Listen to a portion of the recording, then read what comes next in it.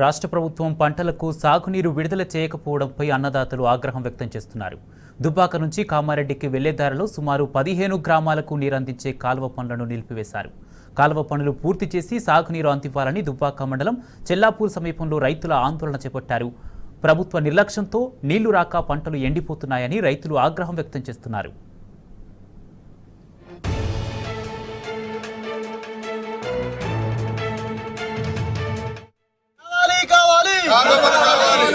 Contractor పనులు వెంటనే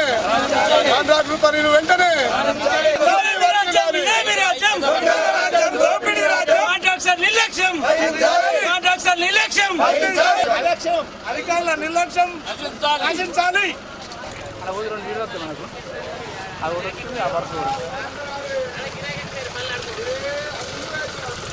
government పనులు ఉన్నాయి.